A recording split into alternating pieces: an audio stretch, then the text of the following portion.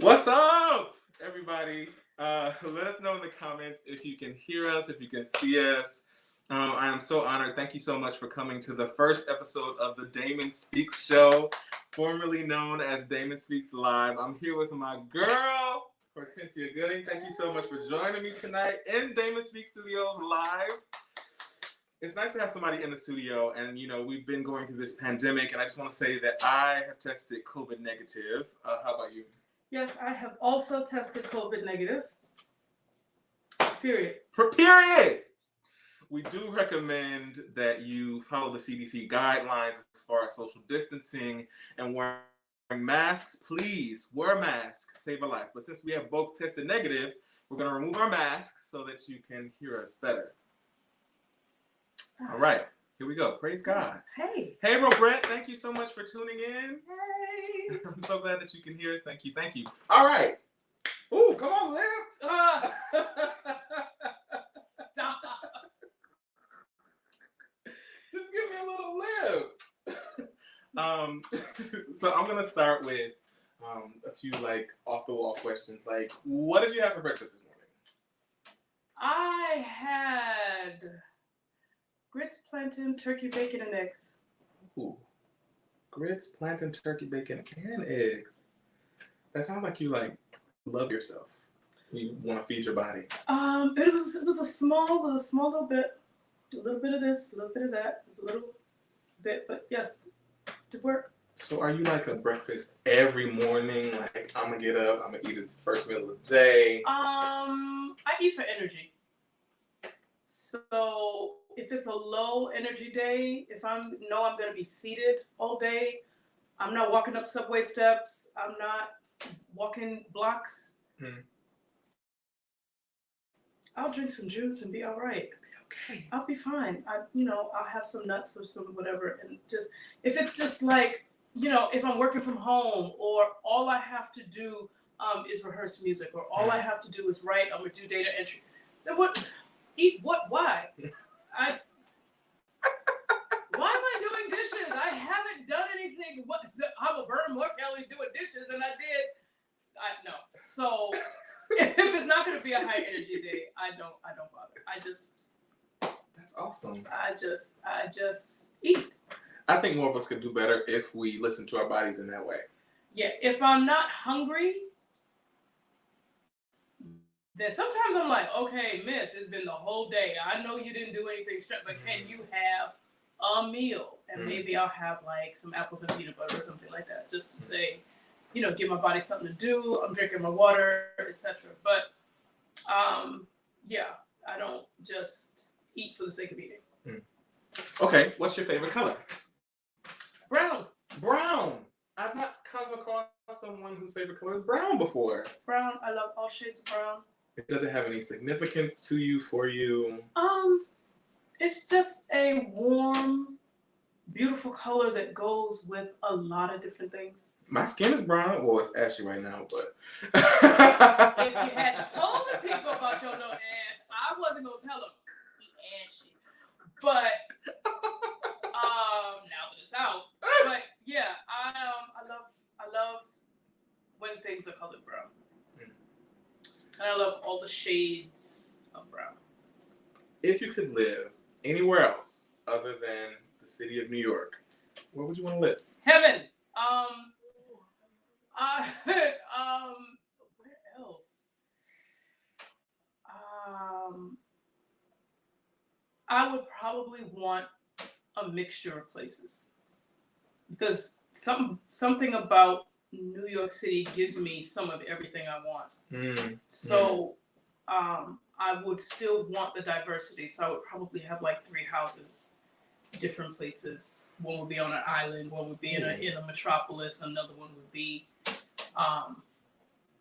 who knows. But yeah. I super identify with that. When I was a kid, I wanted to own like 10 properties because I couldn't see myself settling anywhere. I couldn't see myself being happy with one place, one house. Right, but I get what New York has to offer. I love being out for a day and hearing like 15 different languages and different mixes of people and different cultures of people, and nobody cares. It's like, oh my gosh, he's speaking a language I don't understand. It's like, duh, yeah. This is New York City. This is New York. The first time I saw a Pakistani Indian restaurant, I was like, of course there's a Pakistani Indian restaurant. They were probably neighbors in India. Yeah, So you can just eat whatever. You can hear whatever. You can go be with whoever. It's just, yeah. So if I wasn't here, I would probably need multiple spaces to have that. To have the diversity, the opportunities. I so identify with that. I wake up every day grateful to live in New York City. Because I'm a city girl. Every day. I'm a city girl. Let's go back to the beginning. Where are you from? Where were you born? And was born in Boston, Massachusetts. Boston.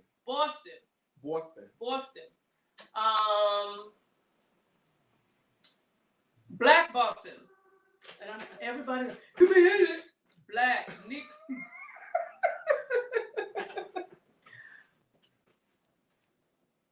I saw white people at school. That was it. I didn't see white people in church. I didn't see white people in the street. I saw white people at school. That was it. Other than that, I was around Black and Latino with a side order of Asian. That was it. In Boston. So when I come out of Boston and people are like, oh my God, that's so white. I'm like, not what I I'm was. gonna tell you, that's what I thought. Pre-gentrification, and this is, I was born 1971, so pre-gentrification, black. I lived in Dorchester, Mattapan, Roxbury, Jamaica Plain, South End, black neighborhoods. Okay, so I see white people on the train. Maybe. That's it. Maybe. But I would have to be like on the green line or the red line. The orange line was black. All the black folk were on the orange line. Dudley, Green Street, the elevator trains. When I was born, Washington Street was where the orange line ran. And Dudley was a major intersection for all the buses and trains coming in and out. So blackity black. So what was the community like? Did you feel like there was a strong community ties? People knew each other. You knew your neighbors. I knew of that because of the complications that happened in my childhood. I wasn't able to participate in that, but I could tell that people knew each other. I could tell that people were engaged with each other. So as a little girl, did you think about the future? Did you think about who you might want to become, and does that match at all who you are today? My first job was to be a dancer. I used to watch Solid Gold. Y'all know Solid Gold. I have no idea. Watch Solid Gold. And I would watch Soul Train. But Solid Gold was really my show because they would have all the top 20 artists on there. So Rick James and Hall & Oates and all those kinds of people would just be on there. It was hosted by Andy Gibb and Dionne Warwick. First, it was Marilyn McCool and somebody else. And then it was Andy Gibb and Dionne Warwick. And then just chop on. Anyway. So they would have dancers dancing to the song in the back. So Rick James is up, but the Solid Gold dancers are in the background dancing, and every now and then the camera. So mine was to copy what they were doing. So the first thing I worked on was my kick. I wanted to be able to kick and remain upright because when I first started kicking, I would crouch. And so I worked in my house on kicking my leg up without arching my back. And when I got that together, I was like, y'all ain't ready. So yeah, that was going to be my first job was to be a dancer. So then did you dance? No. Not at all. In my house. And I was rolling on the floor just like the little modern dancers and all that stuff. I don't know how many of them moves. I didn't know what moves I was doing. But if there had been a camera, you would have seen my dance premiere. My entire dance career happened before the age of like 10 or 11. But yes, I was a dancer. Yes. In the house. In the house. Absolutely. Absolutely. So I know that we're here to talk about mental health. Yes. But I cannot move forward without talking about a major event in your life, which was that you had epilepsy from the age of 2 until the age of 37. Epilepsy. Like, full-blown seizures, losing consciousness, etc. I was 2. I was at my babysitter's house. Back in the 70s, senior citizens used to watch children. So the closest thing I got to meeting a grandparent was having these older women watch me. And they would take in, maybe 2 or 3 children at a time, and they would babysit for the working professionals. I just remember not feeling well. And I haven't changed much since birth. So I went and came out. I laid myself down. I think everybody knew I was getting ready to dive in. It's just like, wait, why is she laying down? 2 years old. 2 years old. I went and laid myself down, and I remember the last thing I remember was my face being at the foot of the bed, and I couldn't stop drooling, and I wasn't even asleep yet, but like I wouldn't swallow, and then I don't remember anything else until I woke up in the hospital. So fill in what happened in the middle. Mom, she knew I wasn't feeling well. She felt my forehead. It was on fire. She called my parents. I don't know why. She's running this huge temperature. They came to get me, and my mother said she couldn't put my coat on me. My arms were swollen. And my mother said she thought I was dying. Or she thought I had died. They rushed me to the hospital. I have a temperature of 108. They cannot bring the fever down. Will not come down. The fever would not come down. I don't know what they were doing in 1974 to bring down fevers. In fact, it was probably around now. It was probably like fall. Fall of 1974. So I was about to be 3. And the fever wouldn't come down. I don't know if they induced a coma or if I was in a coma. But I was in the ward where children who were in comas were. I woke up in a hospital with a bunch of white walls, everything was white. Big fluorescent lights and white sheets, and I'm just laying there like, what? And a nurse came in and she looked at me. And I said, I want my mommy. And her eyes got big and she ran out the room. And I was like, maybe that's why my parents taught me not to talk to strangers, because that's really weird. Like, who does that? And this white doctor comes in, a white male doctor comes in, and he says, hello. And I said, hi. And he said, how are you?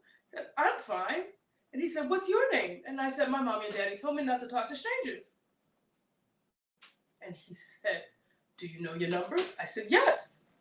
And he said, can you count for me? My mommy and daddy told me not to talk to strangers. Do you know your alphabet? Yes. You say your alphabet, but my mommy and daddy.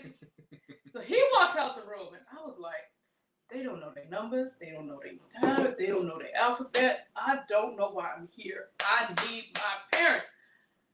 So they were asking me those questions. They asked me my name, my address, my parents' name, and my answer, my mom and daddy told me not to talk to strangers. They were asking me that because they told my parents to prepare for my death. They told them, buy the coffin, get the dress you want to bury her in. There's no way she's going to live. So I'm still there. So then they go, well, she's in this coma. She's not coming out. If she comes out, you have to prepare for lifelong care. You have to prepare for her to be brain dead. You have to be ready for that. So my mother wasn't hearing. She wasn't hearing. So I don't know how they got to what to ask me if I regained consciousness, but they asked my parents, what I knew so that they could assess if I came out, how brain damaged I was. And they were like, well, she knows her name. She knows her numbers from 1 to 20. She knows her alphabet. She knows mother's name, father's name, sister's full name. She knows her address. She knows her telephone number. They were like, don't no black child know where to go. Okay, Mr. and Mrs. Goodable, whatever. Black bitches, lying Negroes. And so they started asking me these questions, and I'm just like, my mom and daddy told me not to talk to strangers. So then they call up my parents, and they were like, please come to the hospital and tell your child to talk to us so that we can assess her, we can know what's going on. My father was like, that's my girl. He was like, just get your. So they come over and they walk into the room, and I was like, there you are. Why am I here? The food is nasty. I want to go home. And they were like, no, you have to stay here a little while. Talk to the doctors, but they don't know anything. They don't know the number. It's okay. Tell them answer their questions, whatever. So I still knew everything that I had known prior to whatever. And they did an EEG. Trigger warning. This is not a pleasant story. Hey, Charlotte. P.S. She said, hey, beautiful people. Hey, Char. love you. Love you, boo. So back in the 70s, to do an EEG, they needed to glue wires to your scalp. And in order to get the brain waves, they had to break open the scalp. So they would use a blade to open some of the skin, glue the wires on. So I don't really remember it. I've blocked it. But I know I hated it. And I know every time they said they were going to do it, I hated it. And my parents weren't there for the first one. It came back normal. My brain scan came back normal. Normal for a 2-year-old. And they did another one. And my parents were there for that one. And they were traumatized by how much screaming and whatever else I was doing. And that came back negative. And then that came back normal again. And they wanted to do another test. And my parents were like, no, we've seen what that is. You've gotten 2. They were both whatever. So from then on, I was having seizures. Regularly? I never went longer than 9 months without having a seizure. There was a break where I would just have small ones, very, very small. And then in high school, they came back very severe again. And then I went away to college, and I was an independent student by then. And I didn't have medical insurance. I didn't have support. And so I had to stretch the medication. And so I would take it until the seizure stopped and then not take it again until the seizure started back up. Sometimes I could time it really well, and I would just have the little small ones, and I would start taking it again, and then I could make a month's supply stretch for a whole semester. Sometimes, though, it didn't work, and I had some really horrible experiences, waking up on train platforms, waking up in a parking lot of a grocery store on the ground at night.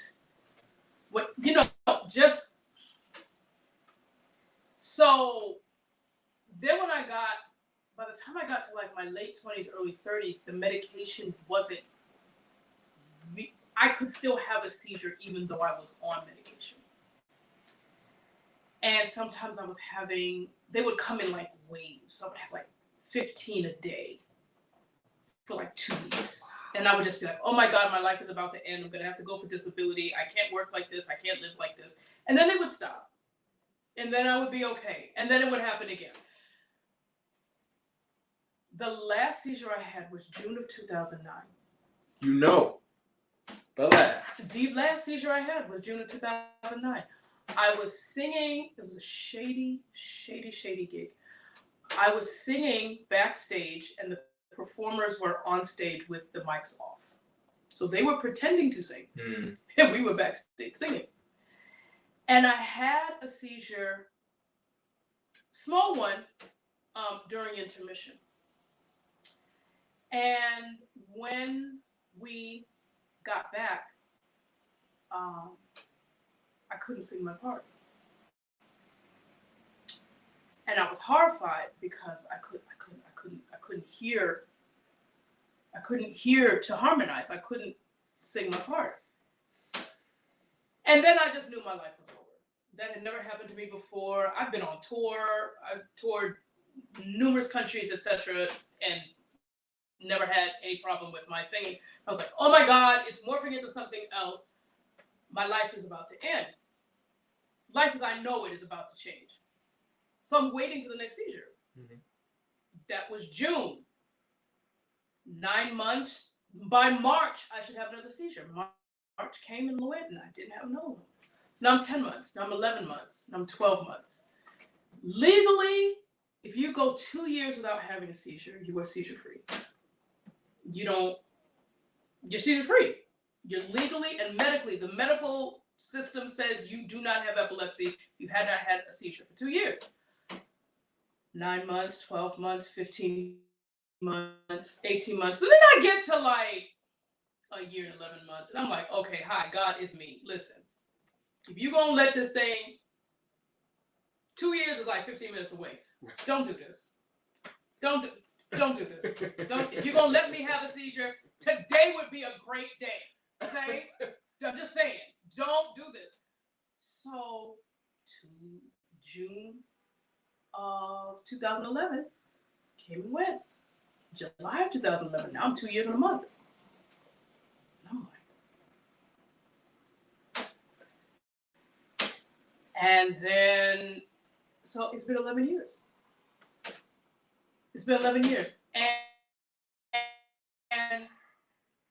I did not do anything different. I was waiting. So for all the people, oh, I spoke it, I manifested. I didn't manifest. I was gonna ask you that. I was waiting for the next one. I spent 2 years expecting, knowing I was gonna have another seizure. Were you living in fear? Were you like, where's it gonna come? I was horrified because I'm not on medication.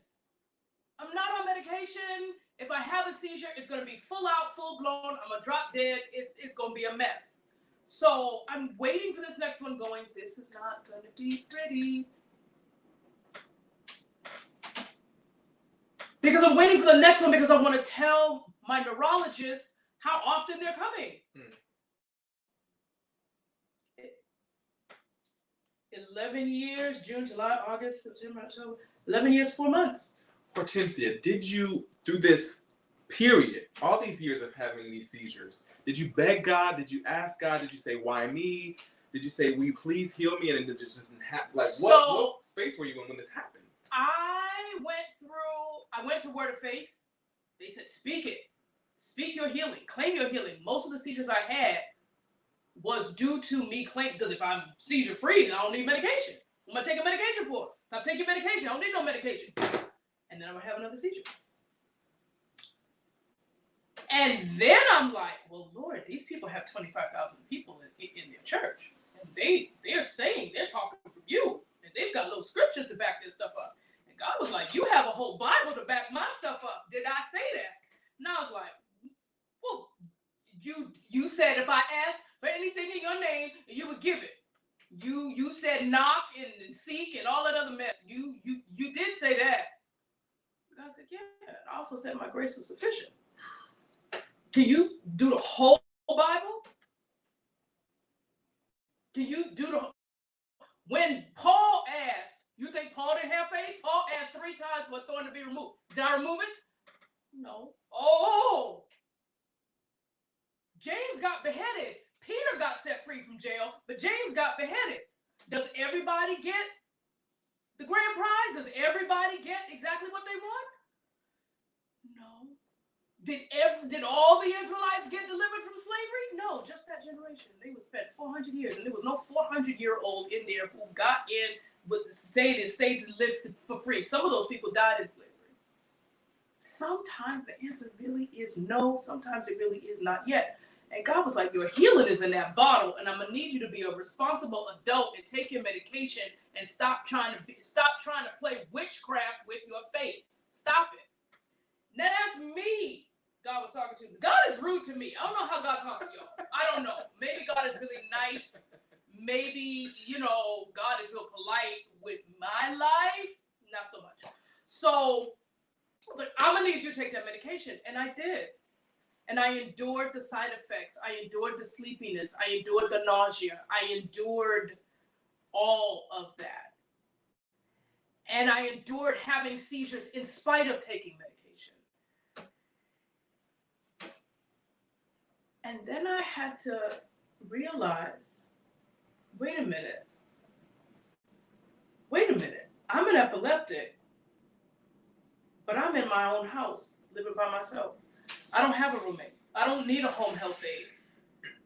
I graduated from college, barely, but hey! Oh, Lord! But I got out.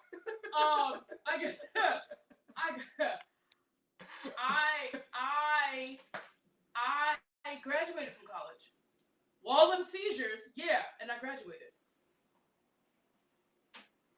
There is a city where I can be independent because I don't have to lie and get a driver's license. I can actually legally take public transportation and not endanger my life or anybody else's because I have to drive to get someplace.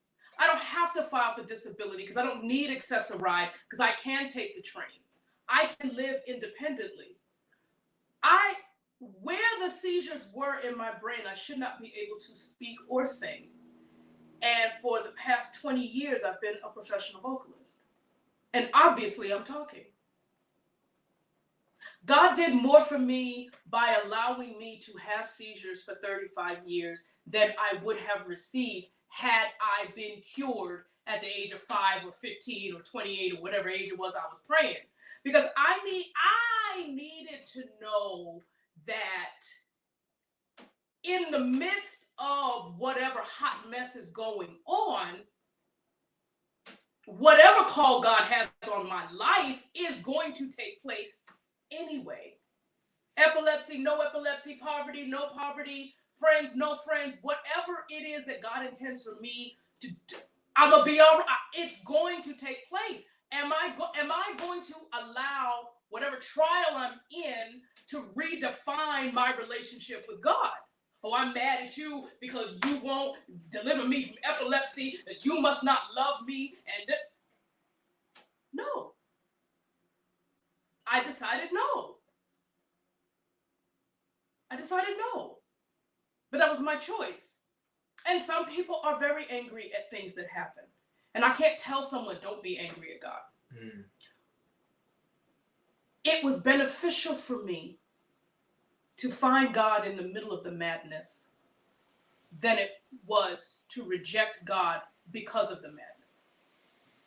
I felt like I would have joined the madness if I had rejected God. Mm. Because, yeah, okay, I'm having seizures, but I still need to know how to love. I still need to know how to learn. I still need to know all the other things that I need to know. And all those other things are still coming. So I couldn't, it didn't make sense to me to reject God because of epilepsy. I rejected God for other things, but not because of epilepsy. Oh, Lucy Tucker Yates said, hashtag God is rude to me. God, ain't he rude? Oh, the audacity. The divine audacity. Yes. Oh, that's a word. Yeah, I found God in the midst of the madness. A seizure is all systems on go. The reason why you see someone shaking like this, they're shaking, and their jaws are moving, and their eyes are rolling. All of your muscles are receiving the signal from your brain to do everything at full power. So you're pulling and pushing at the same time. You're doing this and this at the same time in every muscle of your body. Hold out your arms as hard as you can. You feel a shake? Mm-hmm. You feel it? Mm-hmm. Imagine holding that position for 3 minutes. How much pain would you be in? Oh, immense. Imagine that for your whole body. I'm unconscious. My jaws are moving. Usually when our jaws are moving, our tongue is doing this dance to keep from being chewed up. You're unconscious. There's no dance. So I'm talking like this when I come out because I can't let my tongue touch anything because it's raw. Because my tongue is raw, I can't let I can't eat.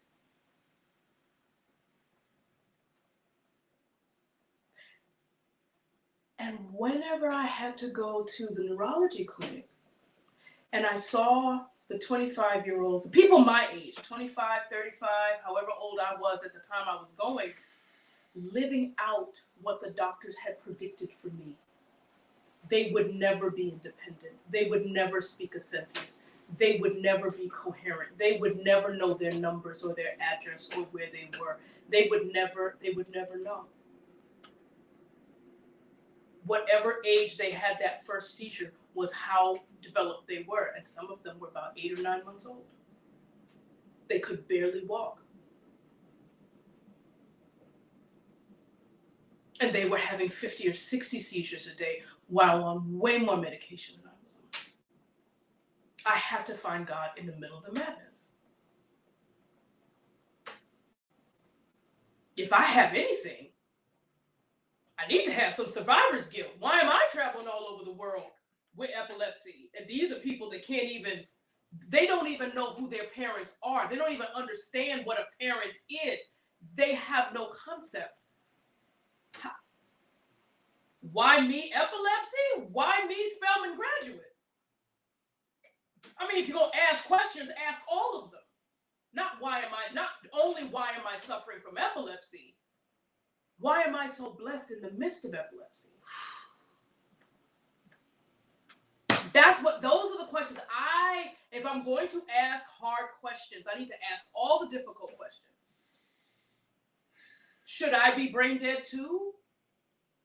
I know I'm not specifically righteous or holy or saintly or anything like that. I'm just an average person. I don't have a cure for cancer. Why me? Why am I okay? Why am I sitting here tonight, 11 years later, no seizures? Why? If I'm not going to question having it, if I'm not going to question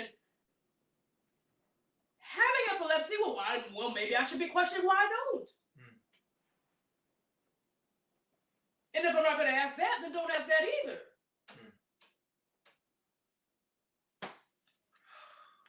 What a journey. It is a journey. Not only does your journey include that, it's a lot. It's a lot. It also includes a mental health journey. One of the reasons why, I've heard your epilepsy story before, so I was already interested, but I saw a post that pricked my heart on Facebook. You were talking about a conversation that you had with your dad and like the mental health thing. So take us through your journey with mental health, including like family history.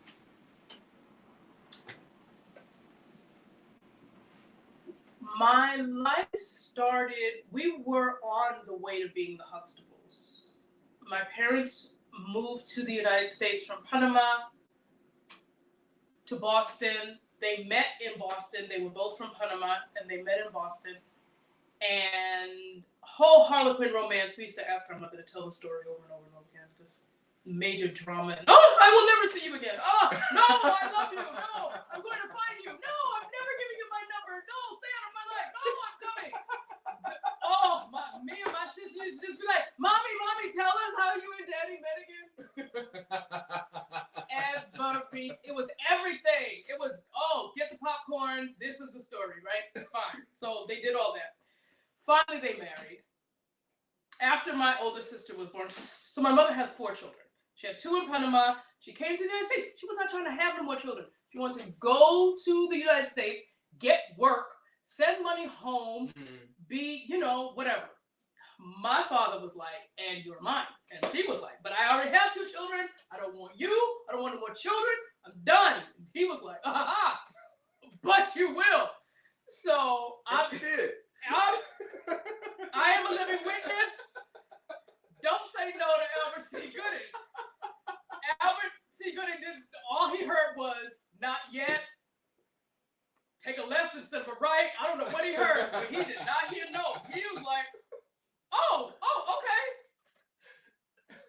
okay. Right. So they married. My father wanted a 3-family house. My mother wanted a single-family house. My father wanted a 3-family house. He wanted to have tenants. Dreams. They bought the house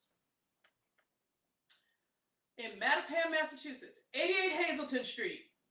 That's where we lived. And we had a 3-family house, an Oldsmobile 98 in the driveway. I have pictures of the barrettes and the pretty dresses and all of those things and the little beautiful family. And then one day my mother just started acting really weird. And she started telling my father that he was taking drugs. And he was like, I'm not taking drugs. And then she told him that he was having an affair with his best friend's wife. He was like, what are you talking about? She ain't even cute. Like, I'm not doing this. What? That's my best friend's wife. What are you talking? This is a man who was home 7 days a week. My father would go to work and he would come home. He gave my mother was an excellent financier.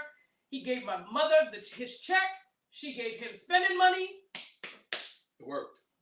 Done. I mean, car in the driveway, 3-family home. It was going well. Fine. And then they just started fighting. They started arguing, and I remember being in the bed listening to them arguing. And then one day my mother just fell on the floor and she started crying, like she started throwing a tantrum like a baby. I can't take this. I can't. And she always referred to that period as when God opened her eyes. And God opened her eyes, and the height of the revelation was that there was a worldwide satanic organization that was trying to kill her and her last 2 children, myself being the youngest and my older sister. And that my father was a part of it, everybody else was a part of it, and she had to get us away from him in order to be safe. So we moved out of a 3-family house into the projects. And later my mother was diagnosed with paranoid schizophrenia. And she thought that they would try to indoctrinate us if we were out of her sight. So she took my sister out of school and never put me in school. And 2 days a month, we would leave the house to run errands. But that would be it. 2 days a month. 2 days a month. That's why when you asked me about community, I was like, I saw community, but I wasn't involved in community. Because we left the house, all 3 of us together, 2 days a month, twice a month. My mother couldn't keep her job because she was cleaning, because they were putting drugs on her desk for her to inhale. So she would have to clean her desk and clean everything. And they saw she was going crazy. And they were like, oh, we gotta let her go. My mother probably would have retired from like a 6-figure salary if she had stayed. Yeah, that totally possible. I could have gone to Harvard or something. Just the way but the trajectory that we had been on, we would have been.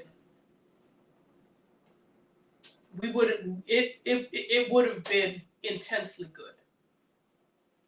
But it didn't happen that way. And so around about the age of 7, I was like, no, this isn't, she's not well. What she's saying doesn't actually make sense. What she's saying, the street lights aren't cameras shining in our house. The rush hour commuter traffic are not people sent by some worldwide organization to follow us and see where we're going. Mm-hmm. No one's following us. They get on the train, they get off the train. Like, if someone's following you, why aren't they here? Mm. There's no one here.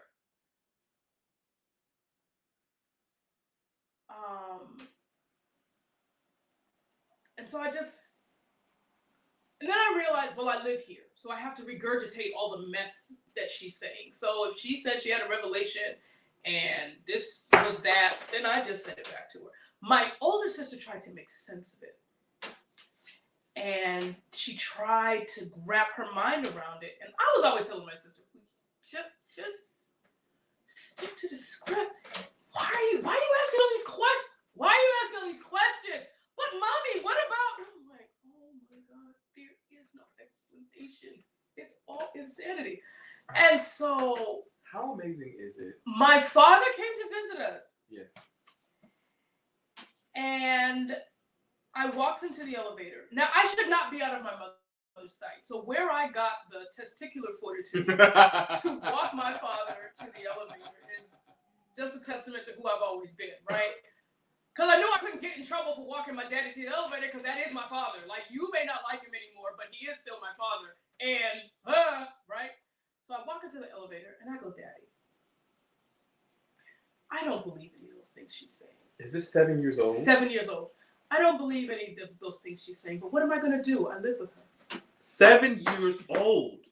I wish I had known to ask my father, Daddy, do you remember that conversation? What was going through your head when your 7-year-old daughter is looking up at you going, my hands are tied. What do you want?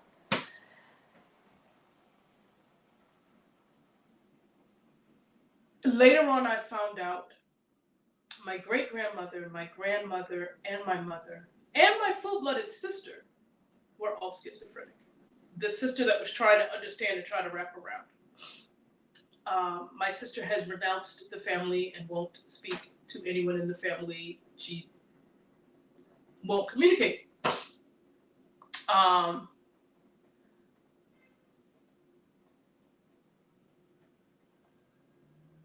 We just spoke about epilepsy.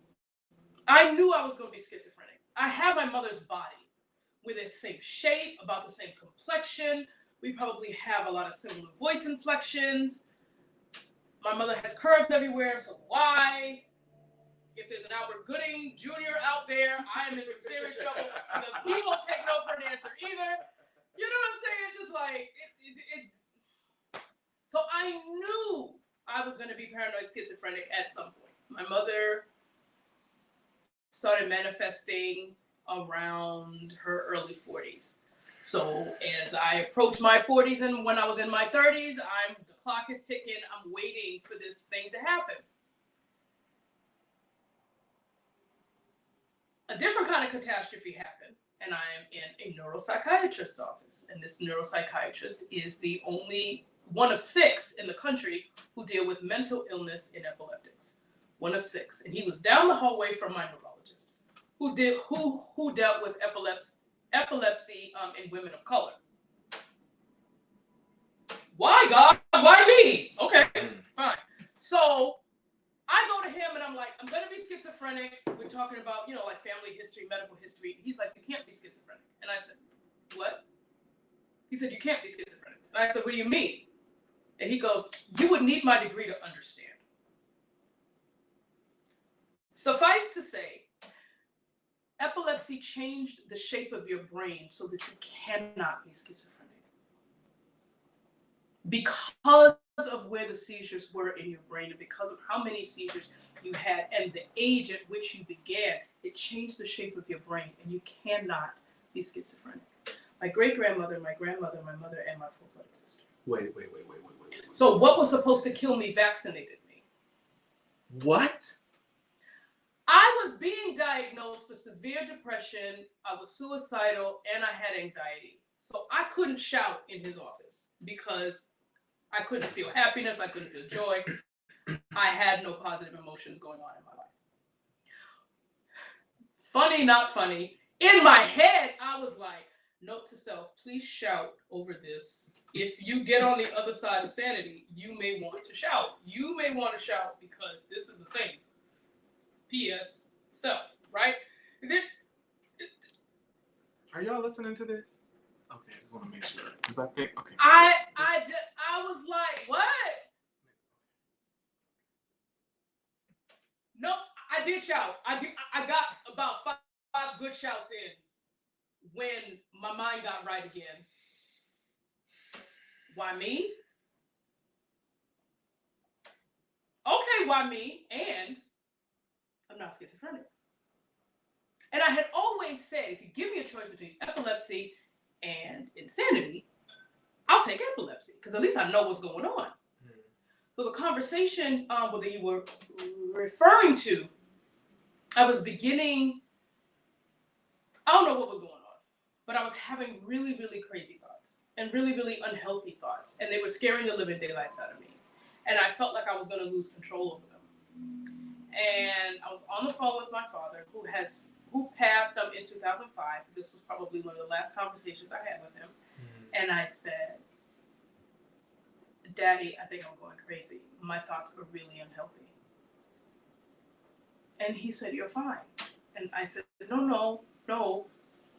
They're really, really unhealthy. And I didn't want to tell him because I didn't want him to be like, oh God, not you too.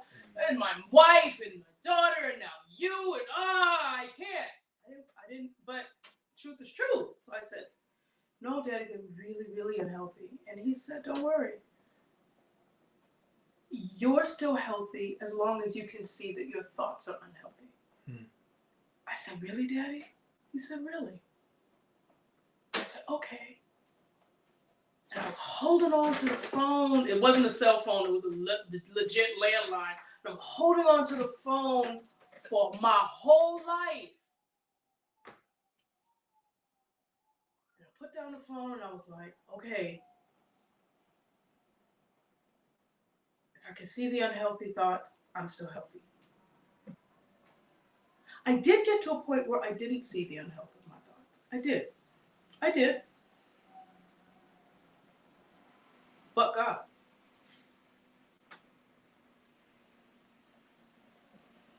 There was a little window. And God came in. Hey.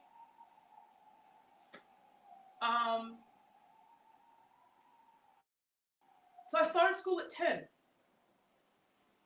A testament to the beautiful, 10.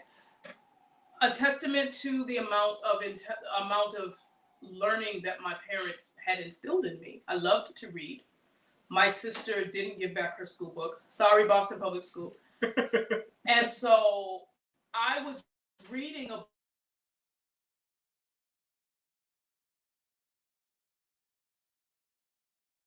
because my sister is 5 years older than me. So at 7, I'm reading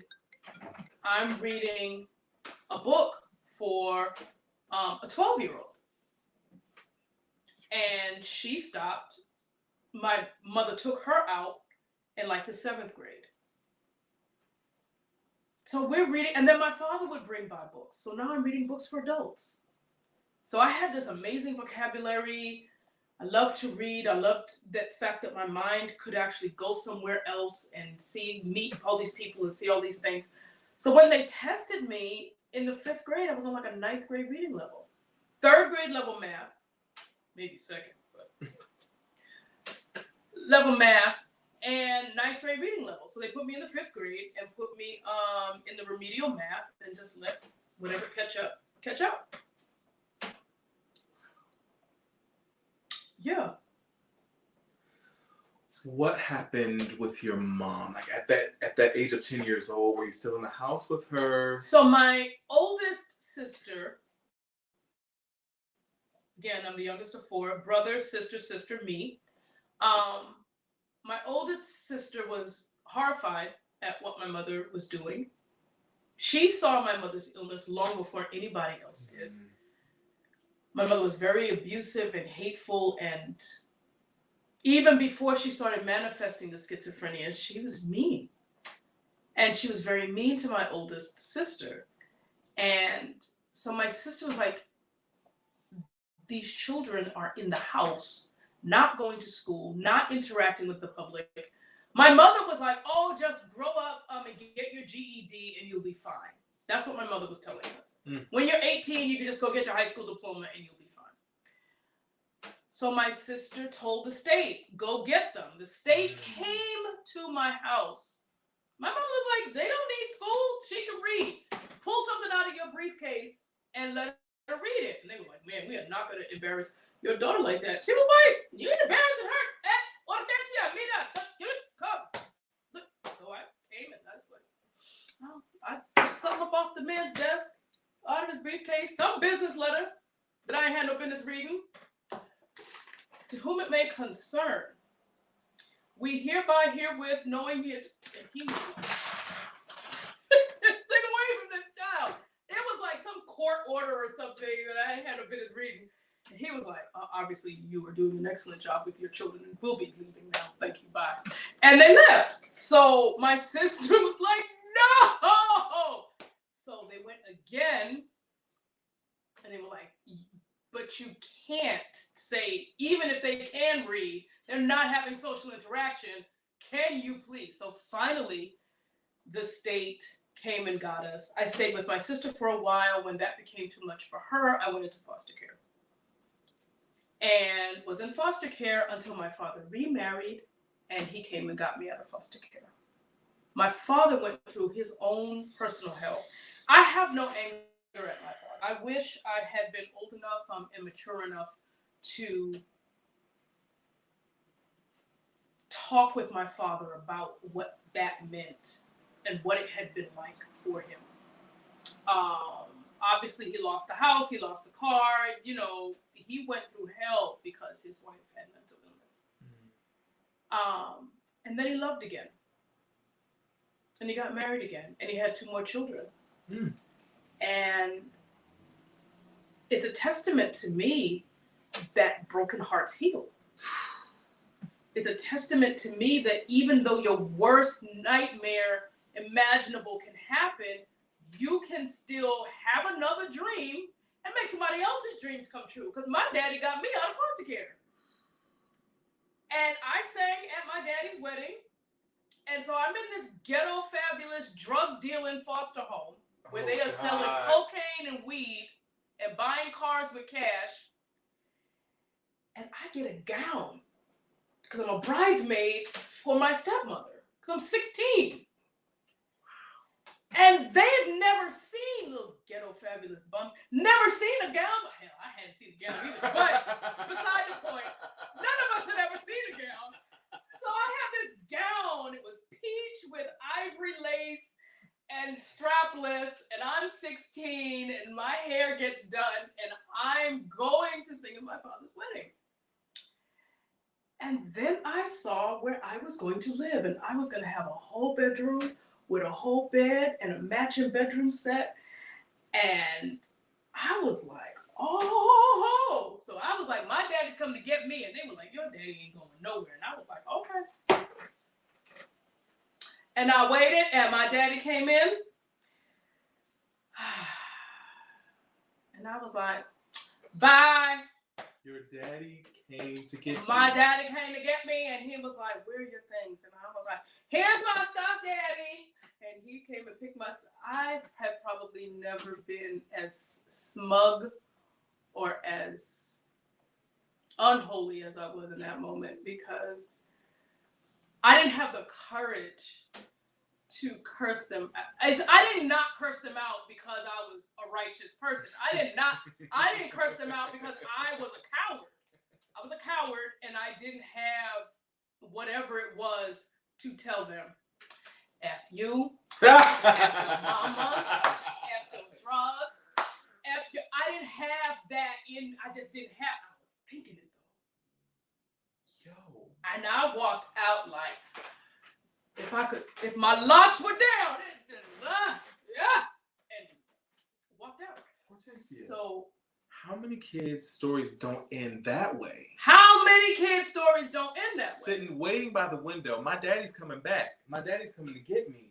And he came. And he got me. He said he was coming. I knew he was coming when he said he was coming. I was just like, ain't but a matter of time.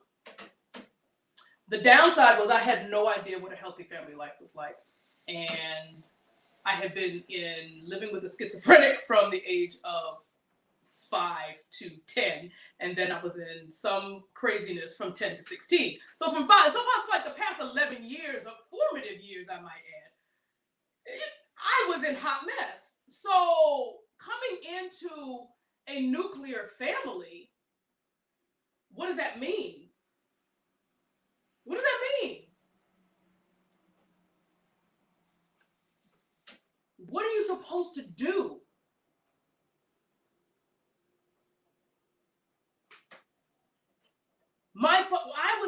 There was one foster parent who had me. In fact, the one he came and got me from, I had to repeat the 10th grade because she wanted me to clean her house. So I was mopping and waxing her floors on my hands and knees because she thought I was lying because I was in college prep high school and I had books and her daughter had worksheets because she was going to some ghetto whatever. So they didn't understand that I was taking Latin and biology and algebra 2 and chemistry. No, it was biology and history. What? I had textbooks, big, thick textbooks, and they didn't know what so I had to repeat the 10th grade. I got 10 Fs because so when I go to my father's house, when you talk about chores, I didn't understand the context of chores. I was like, oh, y'all want me to clean your house too? Oh, that's why I'm here. It didn't click. It didn't make sense.